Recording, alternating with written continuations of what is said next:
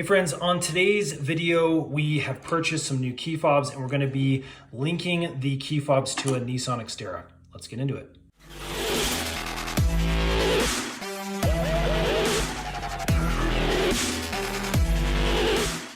Now, you can purchase these specific key fobs that come with some uncut keys that have chips in them that can be associated with your vehicle. This is a really cool package. 2 keys, 2 key fobs on Amazon. I'll put a link in the description box below.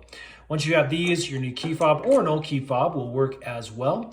Let's go ahead and get out into the Xterra and let's walk through the process. Okay, here is our Nissan Xterra. Let's go ahead and get inside and go through the process. Okay, so inside the Xterra, the first thing we need to do is actually make sure all the doors are closed and locked. So I'm just gonna click that lock button. We are all locked in now, and we're gonna come over here to our little key area. Now, what we're gonna do is we're gonna take our key and we're gonna push it in and out roughly 8 to 10 times. Now, depending on your vehicle, this may differ. It may be as low as 6, maybe as high as 12. But just keep doing it really quickly until you see your hazard lights flash on the dash. So let's go ahead and try this.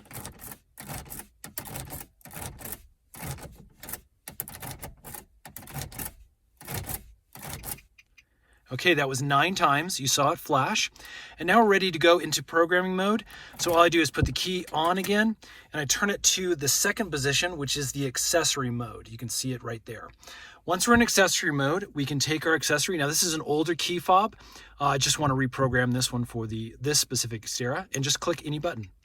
As you can see, the hazards clicked again, meaning this is now combined up with this specific Xterra.